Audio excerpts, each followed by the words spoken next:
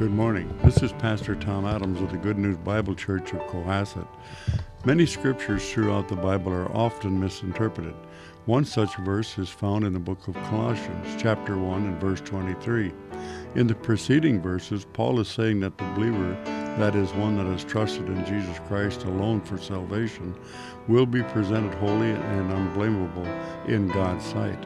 This is done by the work of Christ only. We are declared holy and blameless the moment we trust Him.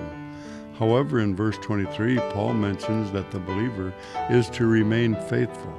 Paul is not speaking of being faithful to keep salvation. He is speaking of being faithful to the support of the gospel. Many believers who have trusted Jesus Christ as their Savior grow weary and lose interest in God's work. Their salvation is never lost. They will, however, lose rewards. Paul is telling the church at Colossae to remain faithful to the work, and they will be rewarded at the believer's judgment. To interpret the verse to mean that a believer must be faithful in order to stay saved is totally incorrect. It is the faithfulness of Christ that saves and keeps us through the sealing of the Holy Spirit.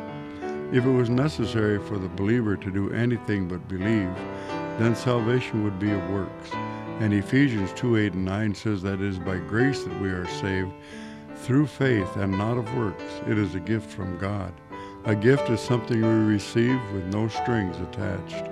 When we do things to further the ministry of grace, we are to do them out of love and gratefulness for our Savior, Jesus Christ. We don't do works to stay saved, but we should do works because we are saved.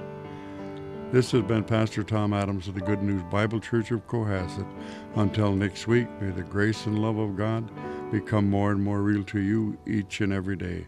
Goodbye for now, and thank you for listening.